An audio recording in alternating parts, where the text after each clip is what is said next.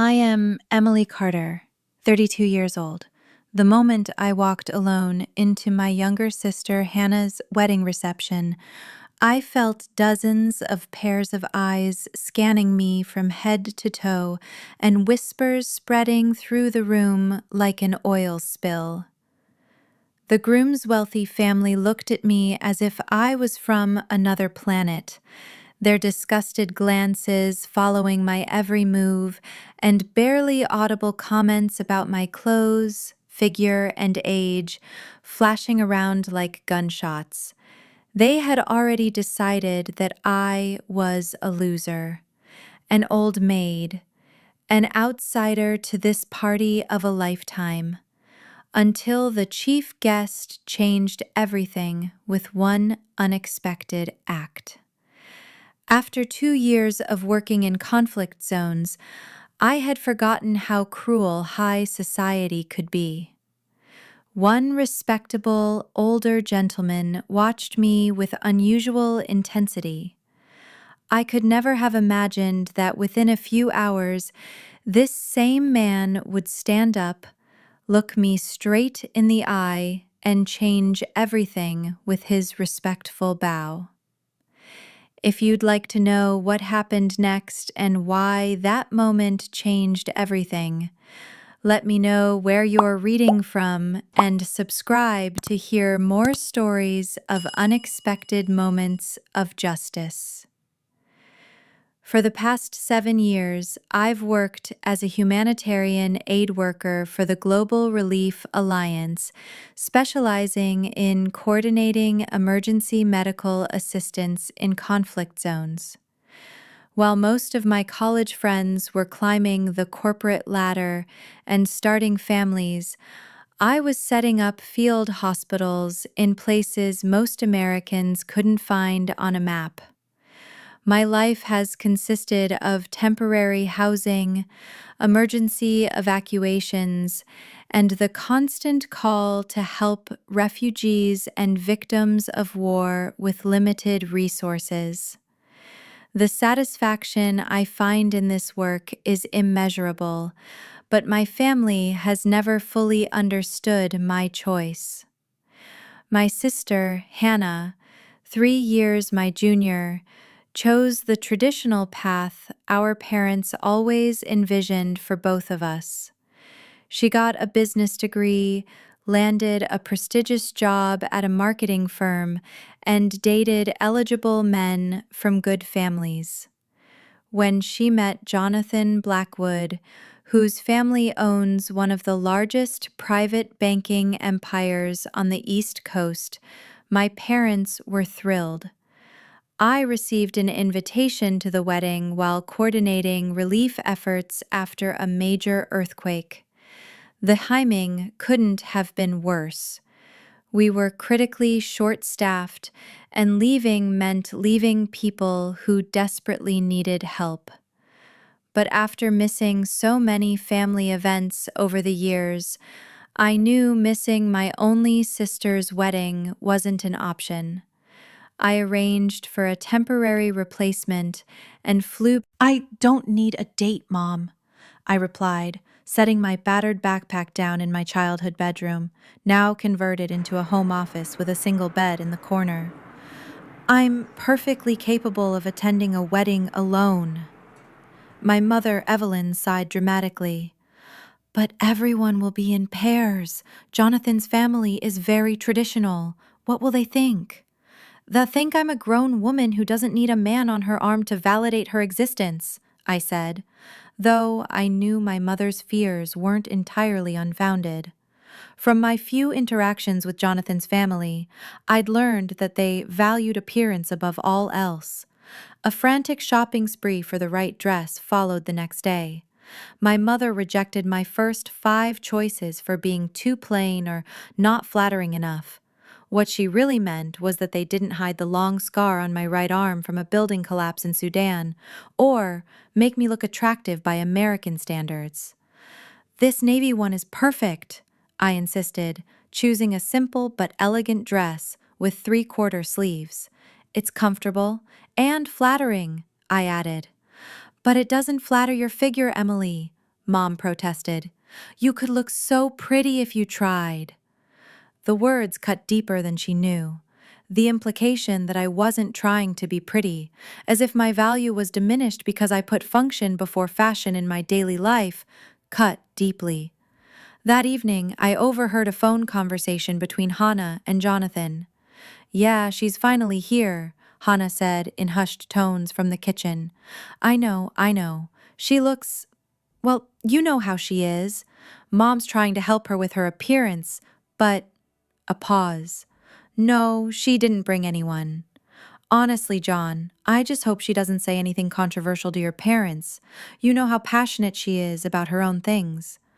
I slipped away before I could hear Jonathan's answer, my chest heavy with pain. I had always supported Hannah unconditionally. Why couldn't she do the same for me? That night, I seriously considered not going. I could have come up with an emergency return to my team, where I was truly welcomed and respected, but running away wouldn't solve anything.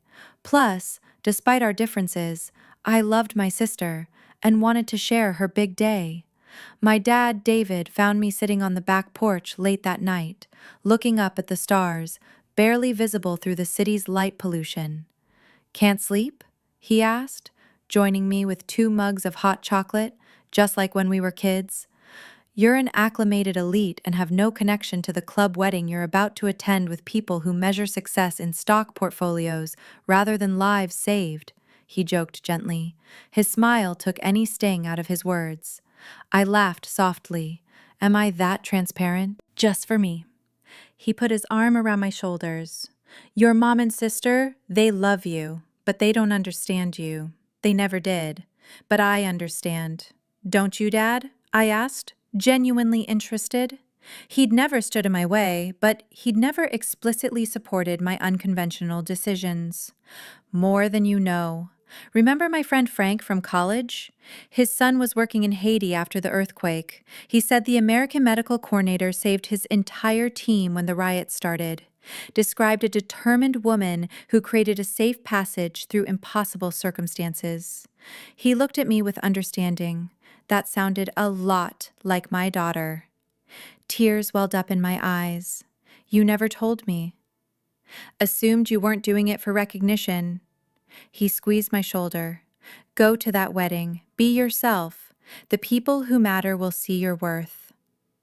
The night before the wedding, while everyone else was at the rehearsal dinner, which I was conveniently not invited to, citing space limitations, I sat cross-legged on my makeshift bed, scrolling through photos on my phone. Children smiling despite missing limbs, elderly refugees finding moments of joy in camps, colleagues working 36-hour shifts during crises. These images anchored me, reminding me why I had chosen this path. The morning of the wedding arrived in chaos. My family had left early to help Hannah get ready, leaving me to get ready alone. I put on minimal makeup, styled my short, practical hair as best I could, and put on my navy dress. Looking in the mirror, I saw 2 versions of myself. The polished American wedding guest my family wanted, and the dedicated humanitarian worker I had become. Tonight, I had to somehow reconcile these identities. Without access to a family car, I called an Uber to take me to Blackstone Country Club, an exclusive venue that reportedly cost more than my annual project budget. The driver whistled as we pulled up to the sprawling grounds. Some kind of fancy event, huh? Never been outside the gates. A wedding, I replied, my stomach clenching as I gazed at the immaculate perfection of the place. My sister's getting married into the family that owns this. Well, wow, he said, clearly impressed. I guess that practically makes you a queen, too. I smiled weakly, thinking how far removed from royalty I felt as the car pulled up to the magnificent stone entrance, where impeccably uniformed doormen stood waiting to assist guests from luxury cars, not exactly those stepping out of my Uber amid a sea of arriving Mercedes and BMWs. I immediately felt a sharp contrast between my world and this one. The doorman looked momentarily confused as to whether to assist me, clearly distinguishing between guests who belonged and those who didn't. I squared my shoulders and walked toward the entrance with forced confidence. My parents were standing in the reception area, my mother waving vigorously when she spotted me. "Emily, finally! The ceremony starts in 20 minutes!" she hissed, as if my perfectly on-time arrival was somehow late. Her eyes darted around me. "Where's your date? I thought you might have run into someone while you were getting ready." "Mom, I said I was coming alone," I replied, keeping my voice level. "That's okay," my father interjected, giving me an encouraging wink behind my mother's back. "Well, I guess it's too late," my mother sighed, lightly smoothing my hair. "Just try to blend in." Before I could respond, Jonathan's mother, Patricia, approached, impeccably dressed in a designer suit that probably cost more than 6 months of my salary. "Evelyn, David, so nice to see you," she said warmly before turning her calculating gaze to me. "And you must be Emily. We've heard a lot about your charity work." The way she said charity work made it sound like I was handing out soup at the local shelter once a month, not coordinating life-saving operations in war zones. "International humanitarian aid," I clarified with a polite smile. "It's nice to meet you, Mrs. Blackwood." "Patricia, please," she replied, her eyes taking in my appearance. "How interesting that you could come. Jonathan mentioned that you're rarely in the country." "I wouldn't miss my sister's wedding," I said simply. "Of course not. Well, enjoy the ceremony. No expense has been spared to make it perfect for the happy couple." With that thinly veiled reminder of their wealth, she smoothly retreated to greet more important guests.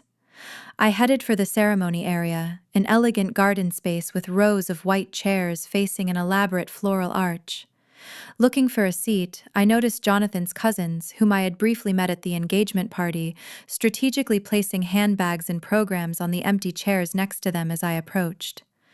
"Sorry, those seats are taken," said a blonde in a pink dress, not looking at me. I nodded and continued down the row, eventually finding a seat toward the back, despite being immediate family to the bride. As I sat there, I couldn't help but think back to the disastrous Christmas dinner 6 months ago, the only other time I had met Jonathan's extended family. Jonathan's sister, Melissa, cornered me at the dessert table, champagne in hand. "So, Emily, John says you work in Africa or something. What's the point, honestly? Don't those countries spend all their money on aid?" I tried to explain the complexity of international development work, the importance of local partnerships, the real impact we were making. But her glassy stare made it clear she wasn't listening. Later, I overheard her telling her friends that I was one of those whiny-hearted people who think they're saving the world. A gentle tap on my shoulder brought me back to the present. Hannah was standing there in her holiday glory, looking nervous. "You came," she said, sounding surprised. "Of course you came. You look beautiful, Han." And she did, though the luxurious dress seemed to overwhelm her petite frame. "Thank you," she replied, glancing at my outfit with a slight grimace. "Is this what you decided to wear? It's so plain." I swallowed the pain. "I thought it was elegant." "It's okay," she said quickly. "Just try to keep a low profile, okay? Jonathan's family is very particular about appearances." "I've noticed," I replied dryly. Hannah gave me a pleading look. "Please, Em, just try to fit in today. For me?" Before I could respond, her wedding planner had whisked her away for the final preparations. I sat back in my chair, feeling increasingly out of place. Nearby, I could hear Jonathan's father, Robert, holding court with many guests. Jonathan's new sister-in-law, he'd say, in response to someone's question. "Oh, she's the black sheep, lives intensely in who knows where, doing some helping out. Never married, no kids. Hannah's the practical one in this family, thankfully." I stared straight ahead, pretending I hadn't heard his assessment of my life choices. One of the bridesmaids, Brittany, noticed me sitting alone and approached me with seemingly friendly intent. "Emily, right?" she asked, enthusiastically, temporarily sitting next to me. "I've heard so much about you." "Good things, I hope," I replied cautiously. "Of course! Your humanitarian work sounds so exciting.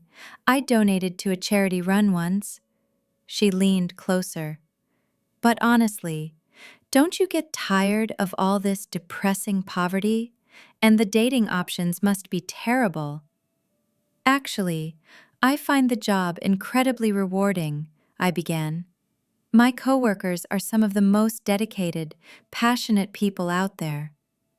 "Oh, of course," she interrupted, patting my arm indulgently. "That's so noble, really.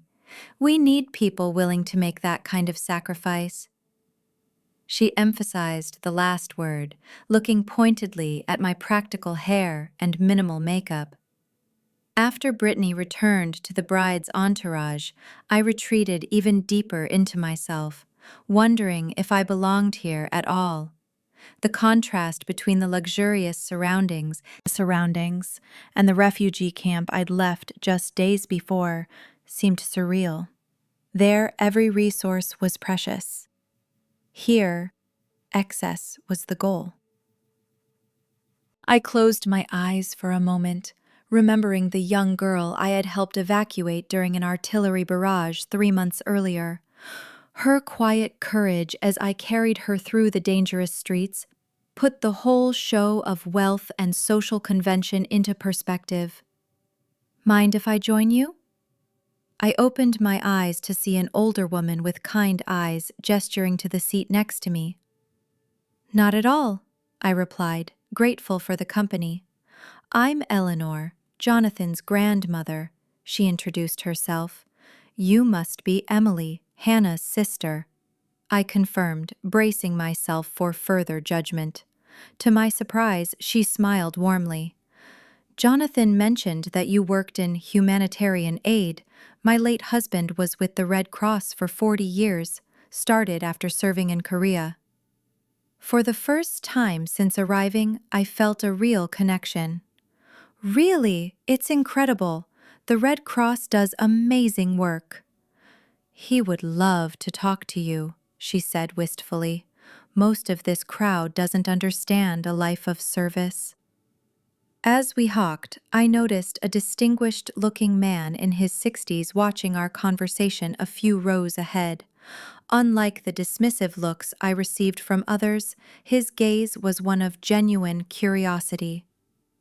Our conversation ended when Eleanor was called away by her family, and Jonathan approached me directly for the first time that day. "Emily," he admitted sternly, "I'm glad you could come." "I wouldn't miss it for the world," I replied, waiting for him to continue the conversation. After an awkward pause, he simply nodded. "Well, I better finish getting ready." And with that, he left, having fulfilled what he clearly considered his duty. As guests continued to arrive, I checked the banquet seating card and found my name misspelled as Emilia and placed at a table far from my family, with elderly, distant relatives and what appeared to be Jonathan's former nanny. As I pondered this latest indignity, I noticed one of the caterers looking at my phone as I checked messages from my team. "Is that the Global Relief Alliance logo?" he asked quietly. I nodded, surprised by his recognition. "My brother was in that earthquake in Indonesia last year. He said the GRA workers were the only ones to reach their village in the first week." She gave me a genuine smile. "Thank you for what you do." Her simple admission provided a moment of validation amidst an afternoon of subtle humiliations. But when the wedding coordinator began directing guests to their ceremony spots, I was in for a few hours of feeling like an unwanted outsider in my sister's new world. The ceremony itself was a masterclass in opulence. 20,000 white roses imported from Ecuador, a string quartet playing classical arrangements, crystal chandeliers somehow suspended from the branches of trees. It was beautiful in the stunning way of a museum exhibit meant to be admired rather than felt. As Hannah walked down the aisle on our father's arm, I felt a complex surge of emotion. Pride and love for my sister, certainly, but also sadness at how far our lives had diverged. When did we stop understanding each other? Once we were inseparable allies against the world. The minister began with a traditional service, emphasizing the unification of the two families. Jonathan's brother read a passage about the sacred bonds of traditional marriage, building the foundations of society. His eyes deliberately raked over me as he mentioned the importance of continuing family stories through children. The implication was clear. My childless, unmarried state was somehow a failure. As the ceremony continued, my mind drifted to the field hospital I'd helped set up in northern Syria the previous year. We'd worked 3 days without sleep to treat civilians caught in the crossfire. In those critical moments, with lives literally in our hands, I found a purpose and clarity that nothing in my previous comfortable American life had provided. The memory centered me, reminding me that judgment from people who had never faced such realities could not diminish the value of my choices. After Hannah and Jonathan were pronounced husband and wife, the photographer began organizing family portraits. I stepped forward to join my parents for family shots, only to have the photographer suggest, maybe Emily could step out of a few of these? Let's do one with just the parents and the couple first. I stood back, watching as the various configurations of Jonathan's extended family were meticulously documented. When they finally turned on the camera for a few obligatory shots, the photographer positioned me at the edge where I could be easily cropped later. The cocktail hour that followed was held on the terrace overlooking the manicured gardens. I stood alone by the stone balustrade, sipping a glass of champagne and discreetly checking messages from my field partner about the developing situation at our latest project site. A group of children had arrived without their parents, in need of immediate assistance.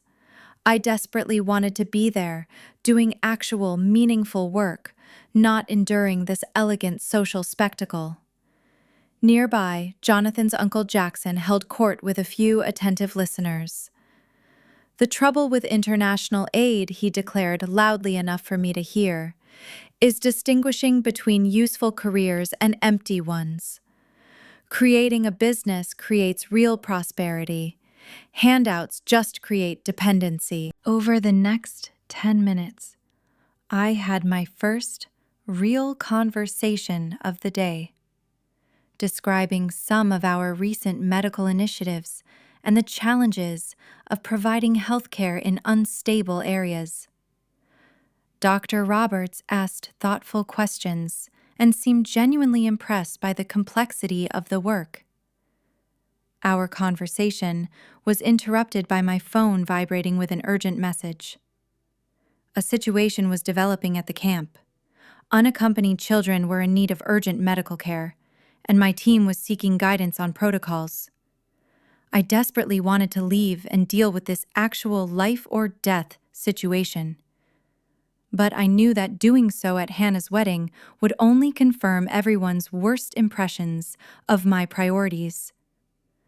As I reluctantly put my phone away, deciding to check it discreetly later, I noticed the same older gentleman who had been watching me intently earlier. It was Richard Montgomery, a well-known philanthropist and Jonathan's uncle. "Miss Carter," he said to me, "I'd like to speak with you." He led me away from the noisy crowd. "I've been supporting humanitarian missions around the world for years. Your work in Syria has saved hundreds of lives. I've followed your projects closely. His words surprised me. "How do you know about my work?" "I'm one of your organization's donors, and I must say, I rarely meet people as dedicated to their work as you are." He paused. "I need someone to lead a new international aid fund, someone with real field experience and unwavering commitment." This offer was a turning point. I realized that I could do more good with access to more resources. After much consideration, I accepted the offer. The next months were full of changes. My family, especially my mother and Hannah, began to see my work in a new light. When I organized the delivery of aid to the disaster zone from Hannah's home, she finally understood the importance of my choice. At the award ceremony for outstanding contribution to humanitarian aid, where I was invited a year later, my whole family was present in the front row. In my speech, I said, "The true value of a person is not in how much he has, but in how much he is willing to give to those in need." Now, when I stand on the stage and see the proud faces of my family, I understand that being myself, no matter what, was the right decision. And that day at Hannah's wedding became the beginning of a new stage, not only in my life, but also in our family relationships. When Richard Montgomery finished his speech and announced my appointment to the leadership of a new international aid fund, there was silence in the room. I saw how the faces of those who had previously mocked me turned pale. Patricia, Jonathan's mother, was the first to approach me with an apology. "Emily, I had no idea. Forgive me for my bias." Her voice trembled with genuine remorse. Other guests followed her, including Grace's cousin and the bride's sisters. The most touching moment was when Jonathan's father, Robert, who had previously called me a black sheep, publicly apologized. "I was wrong about you. Your work is worthy of the deepest respect." Even Brittany, the maid of honor, came up to apologize. "I feel ashamed for underestimating the importance of your work. Please forgive my incompetence." The hardest moment was when Melissa, Jonathan's sister, apologized for my work as a soup kitchen. She cried, admitting that she never understood the true scope of my work. Every sincere apology was valuable to me, but especially important was the realization that this event changed the way many in attendance viewed the meaning of true charity and human value. That day, I not only received professional recognition, but I was able to change the worldview of an entire circle of people who now had greater respect for those who dedicated themselves to helping others.